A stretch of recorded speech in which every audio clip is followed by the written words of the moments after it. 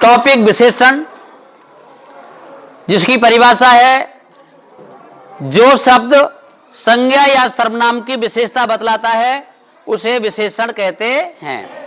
ये ध्यान रखना, ये टॉपिक क्योंकि सत्र का लास्ट समय चल रहा है और बोर्ड की परीक्षाएं आपकी नजदीक आ रही हैं, ये टॉपिक आपकी परीक्षा में आता है और अनेक प्रकार की जो प्रतियोगी परीक्षाएं होती हैं उसमें कम से कम 3 या 4 नंबर का प्रश्न आता है ये विशेषण का। इसलिए आप सब बच्चे गहराई से ध्यान पूर्वक सुने, समझ में नहीं आता है तो हाथ खड़े होकर के प्रश्न करें, ठीक है ना। तो आप गौर करेंगे, यहां मैंने ये टॉपिक लिखा है विशेषण, और विशेषण की मैंने आपको परिभाषा बताई कि संज्ञा सर्वनाम की विशेषता बतलाने वाले शब्दों को विशेषण कहते हैं, ठीक है ना। अब विशेषण के 4 प्रकार हैं। नंबर 1 है गुणवाचक विशेषण, 2 है संख्यावाचक, तीसरा है परिमाणवाचक और चौथा है सार्वनामिक अर्थात संकेतवाचक विशेषण। ये 4 प्रकार के विशेषण होते हैं, ध्यान रखना। अब मैं चर्चा करता हूं गुणवाचक विशेषण की। परिभाषा लिखना चाहते हैं तो लिख सकते हैं, नहीं लिखना चाहते तो आप अपने स्मरण में रख सकते हैं। बोलो, लिखवा दूं? लिखिए। यानी वे शब्द जो संज्ञा या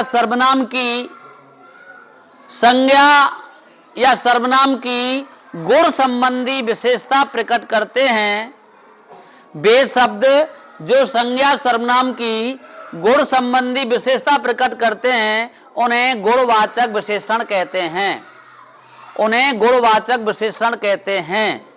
लिख लिया ना, ठीक है ना। अब यहां आप देखेंगे, थोड़ा सा संकेत में आप सुन लें।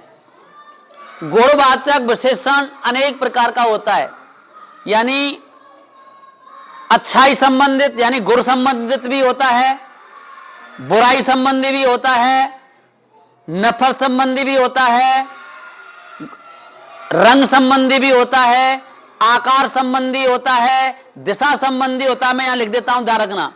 नंबर 1 है गुण।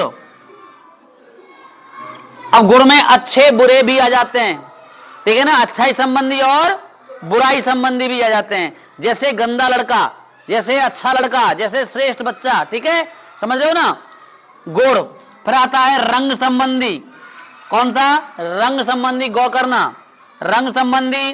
फिर है आकार, फिर है दशा, फिर है दिशा, फिर है स्पर्श, फिर है गुण, रंग, आकार, दशा, दिशा, स्पर्श और फिर है स्वाद, ठीक है ना।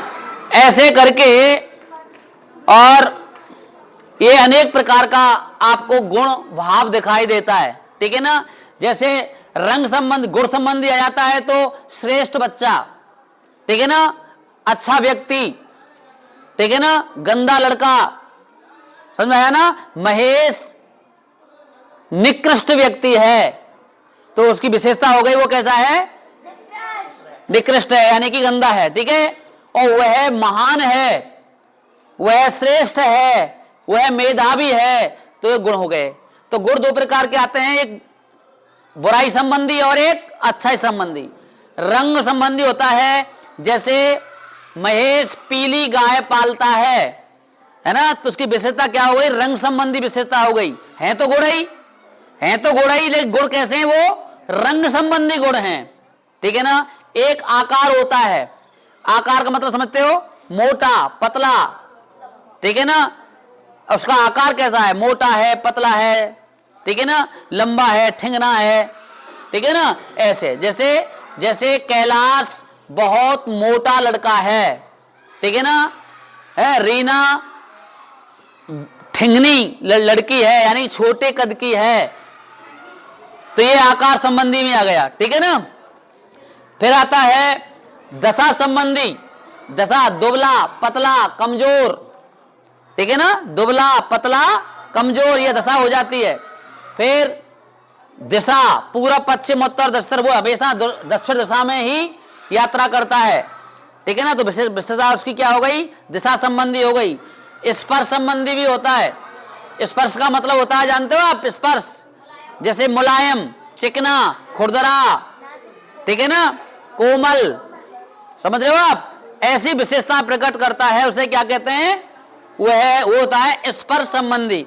एक होता है स्वाद संबंधी, खट्टा, मीठा, कड़वा, ठीक है ना, चटपटा, तीखा, ठीक है ना, जैसे महेश बहुत तीखा भोजन करता है, ठीक है ना, तो उसकी विशेषता क्या हो गई, तीखा हो गई। समझ गए ना? कोई दिक्कत आई आपको गुणवाचक विशेषण में? किसी को दिक्कत आई गुणवाचक विशेषण में? ठीक है ना, या ये ध्यान रखना है, ये गुण अनेक प्रकार के होते हैं, ठीक है ना, अनेक प्रकार के गुण होते हैं जो आपको बताया गया है, रंग संबंधी होता है, अच्छाई संबंधी भी होता है, बुराई संबंधी भी होता है, ठीक है ना, और इसके साथ साथ स्वाद, स्पर्श, दशा, दिशा आदि प्रकार की ये होती हैं। समझ रहे हो आप? इसके अलावा हम जाते हैं संख्यावाची में। देखो परिभाषा संख्यावाची विशेषण किसे कहते हैं? लिखो, जिन विशेषण शब्दों से किसी संज्ञा या सर्वनाम की संख्या संबंधी विशेषता प्रकट होती है, जिन शब्दों से संज्ञा या सर्वनाम शब्द की संख्या संबंधी विशेषता प्रकट होती है, उसे संख्यावाची विशेषण कहते हैं। ध्यान रखना है आपको, यह संख्यावाची विशेषण भी क्या है, दो प्रकार का होता है, ये भी गौर करेंगे आप, ये भी दो प्रकार का होता है। एक निश्चित संख्या, क्या निश्चित, ठीक है ना, संख्या, निश्चित संख्या, और एक अनिश्चित संख्या, एक अनिश्चित संख्या, ठीक है ना। अब ध्यान रखना संख्यावाची में क्या होता है, संख्यावाची में होता है जैसे कैलाश 4 गाय पालता है, कैलाश 4 गाय पालता है, तो कैलाश की विशेषता हो गई 4 गाय पालता है। मीना 10 साड़ी रखती है ना, तो निश्चित संख्या हो गई 10 साड़ी रखती है, ठीक है ना। अब ध्यान रखना, मैं आपको कह रहा था ये तो निश्चित संख्या हो गई, इसी में अनिश्चित संख्या भी है। अनिश्चित मतलब वह अनेक गाय पालता है या अधिक गाय पालता है, ठीक है ना, वह बहुत साड़ी रखती है, वह कम साड़ी रखती है, समझ रहे हो ना। तो ये निश्चित और अनिश्चित दो प्रकार के होते हैं, ध्यान रखना, संख्यावाची विशेषण, समझ बैठे ना, है ना। कैलाश 2 गिलास दूध पीता है, संख्या हो गई, कैलाश 2 गिलास दूध पीता है, संख्या हो गई। कैलाश, अब इसको अनिश्चित करेंगे तो कैलाश कई गिलास दूध पीता है, तो कोई निश्चित नहीं है, ठीक है ना।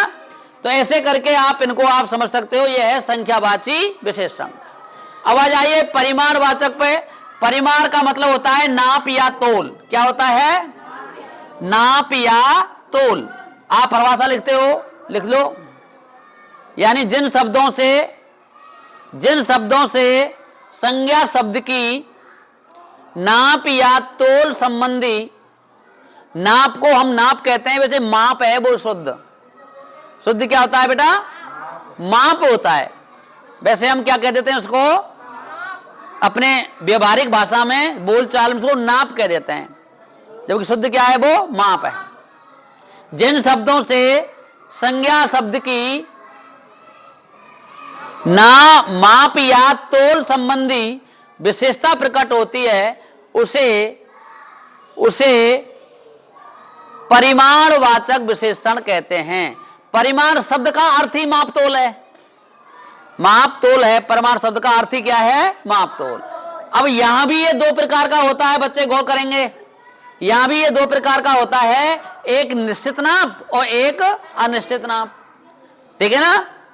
वैसे कॉमन रूप से देखा जाए तो परिमाण है वो तो, ठीक है ना, परिमाणवाचक ही है, एक ही प्रकार का है। लेकिन जब निश्चित नाप हो जाती है, एक अनिश्चित नाप हो जाती है, जैसे कुछ मीटर कपड़ा अनिश्चित हो गया और एक फिक्स नाप दे दिया 4 मीटर कपड़ा, ठीक है ना, उदाहरण लिख सकते हो, लिख लो आप भले ही। जैसे जैसे कैलाश 4 केजी केले लाता है। मीना 4 आम खाती है। ठीक है ना, निश्चित नाप हो गई। और इसको अनिश्चित में बदलेंगे तो क्या होगा, मीना कुछ आम खाती है। कोई नाप नहीं है, कोई तोल नहीं है, समझ बैठे ना, हैं? आप लिख सकते हो। ठीक है ना, महेश नाप का लिख लो आप। महेश 2 मीटर की सापी रखता है, गमछा रखता है, 2 मीटर का गमछा रखता है, नाप हो गई। ठीक है ना, ऐसे ही मीना 4 मीटर की साड़ी रखती है, नाप हो गई। ठीक है ना, ऐसे ही नाप तोल संबंधी विशेषता प्रकट होती है। जैसे मैंने यह कहा, मीना 4 मीटर की साड़ी पहनती है। ठीक है ना, अब ये ध्यान रखना है आपको, ये क्या हो गई, 4 मीटर साड़ी हो गई। ये 4 मीटर है ना, 4 मीटर, ये माप तोल विशेषण हो गया, है ना। अब किसकी विशेषता है, ये मीना की। ठीक है ना, यानी विशेष की विशेषता हो गई है, विशेष की। तो ये विशेष शब्द हो गया और इसका ये क्या हो गया, विशेषण। ठीक है ना, तो 4 मीटर, कुछ मीटर अनिश्चित हो गया, 4 मीटर है तो क्या हो गया, निश्चित हो गया। समझ में आ गया आपके में। चलिए अगला है आपका सार्वनामिक विशेषण। सार्वनामिक विशेषण कहते हैं, लिखिए, जब किसी संज्ञा या सर्वनाम की ओर संकेत किया जाता है, जब किसी संज्ञा या सर्वनाम की, सर्वनाम नहीं, संज्ञा लिखिए आप, जब किसी संज्ञा की ओर संकेत किया जाता है तो वहां संकेतवाचक विशेषण होता है। जैसे बे मकान कैलाश के हैं। ठीक है ना, बे मकान कैलाश के हैं, समझ रहे हो आप। अब इसमें विशेष शब्द क्या हो गया, बे, क्योंकि इसने संकेत किया है। समझ बैठे ना, यह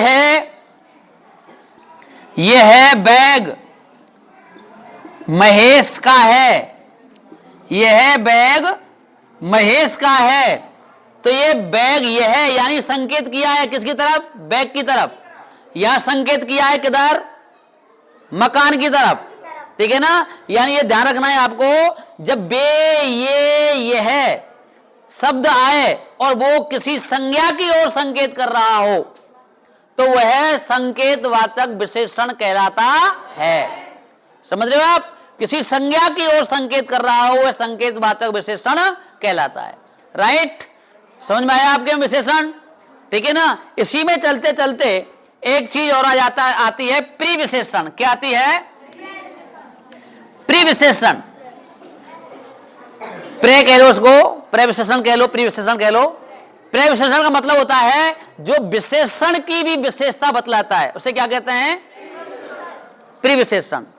ठीक है ना, विशेषण की भी विशेषता बतलाता है, उसे क्या कहते हैं। जैसे महेश तेज चलता है। ठीक है ना, अब महेश, ये महेश की विशेषता क्या हो गई, तेज। ठीक है ना, चाल संबंधी विशेषता हो गई, महेश तेज चलता है। ठीक है ना, इसमें चाल संबंधी विशेषता लिख सकते हो आप भले ही। ठीक है ना, तो चाल संबंधी विशेषता हो गई, तो महेश तेज चलता है, ये क्या है, विशेषण। अब इसको हम प्रीविशेषण बदलेंगे तो वो कैसे हो जाएगा, महेश, यहां लिख देंगे महेश बहुत तेज, क्या हो गया, बहुत तेज चलता है। ठीक है ना, तो ये विशेषण की भी क्या हो गई, विशेषता। ठीक है ना, यानी विशेषण की भी विशेषता बतलाता है, उसे क्या कहते हैं, प्रीविशेषण कहते हैं। समझ में आया सबकी में, सबके दिमाग में आया। अच्छा, अब यहां एक चीज और आपको मैं चलते चलते बताऊंगा, वो ये है, आने दो, वो ये है कि जैसे ये आ रहा है, मैं 3 प्रकार के वाक्य लिखूंगा, ध्यान रखना। बे मकान कैलाश के हैं, बे उनके मकान हैं,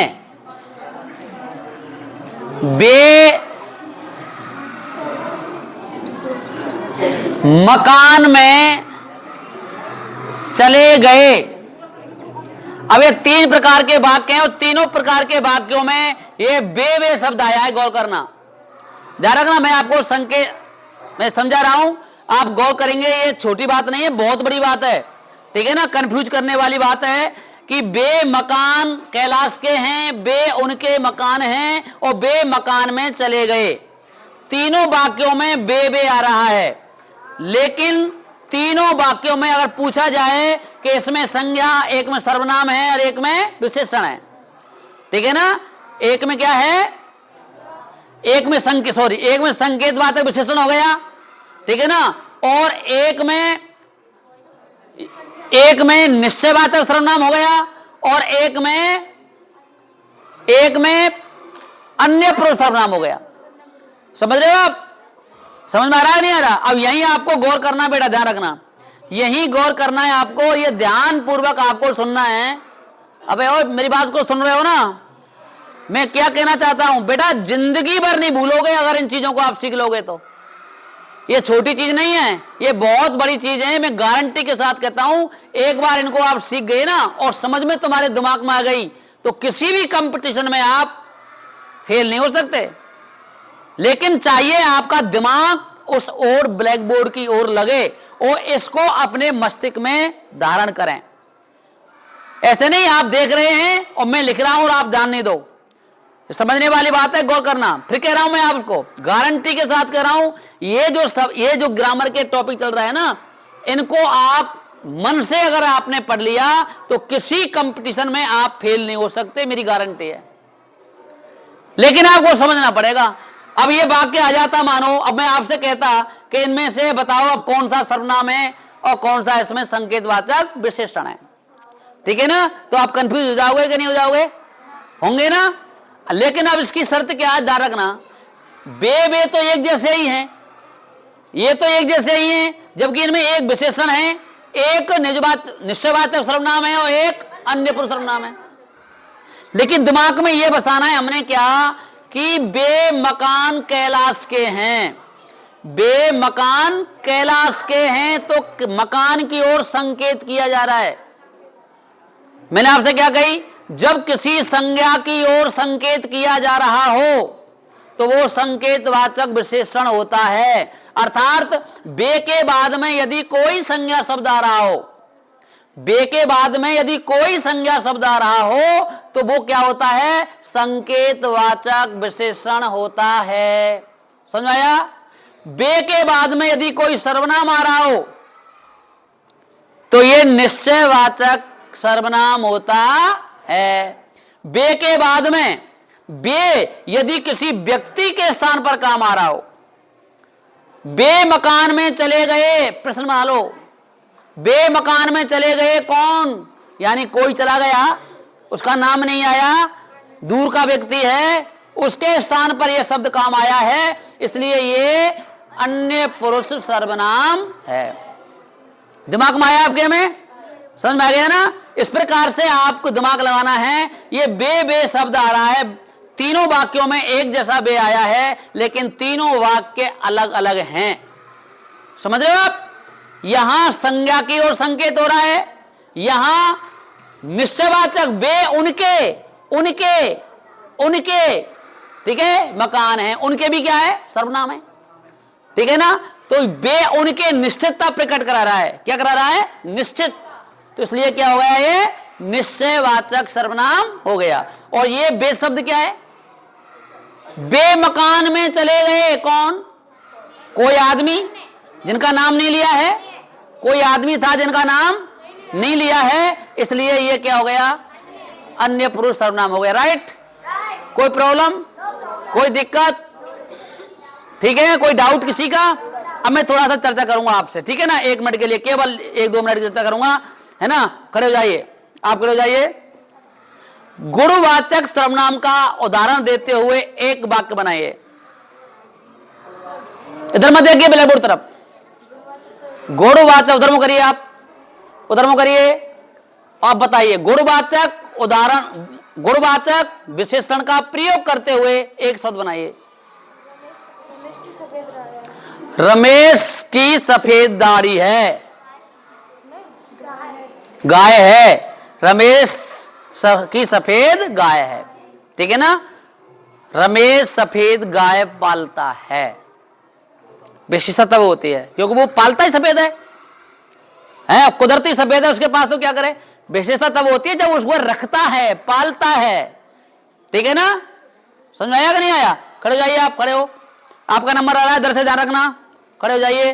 संकेतवाचक विशेषण का एक उदाहरण देते उधर भाव करिए, संकेतवाचक उदाहरण का एक वाक्य बनाइए।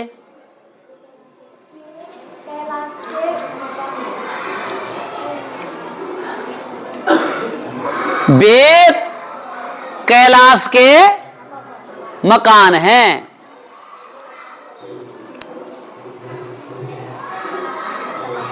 संकेत हो गया है, वे कैलाश के मकान हैं। अब इसमें कंफ्यूज है, इसमें अपवाद आ रहा है बेटा, ठीक है ना, इसमें निश्चय भी लग रहा है, ठीक है। और बताइए दूसरा संकेतवाचक का, वे उनके मकान हैं, ठीक है ना, समझ में आया ना, वे उनके मकान हैं, वे कैलाश पर जाइए, सही है। आप बताओ, खड़े जाओ, अब बताइए सार्वनामिक हो गया। अब बताइए परिमाणवाचक विशेषण का एक उदाहरण।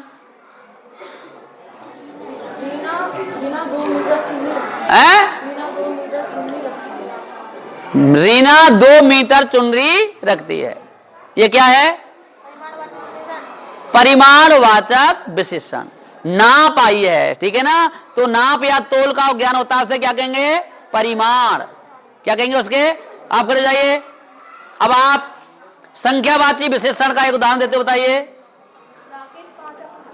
राकेश 5 आम खाता है, क्योंकि इसके पिता खाते हैं 5 आम, जो कह रही है, नहीं खाते, चलिए कोई दिक्कत नहीं है, यहां आप समझ गए, कुमला समझ गए ना, आगे परीक्षा में आए ना, तो आप इसी प्रकार से सोच समझ के इनको करना, ठीक है, राइट कर दो। अब आप देखिए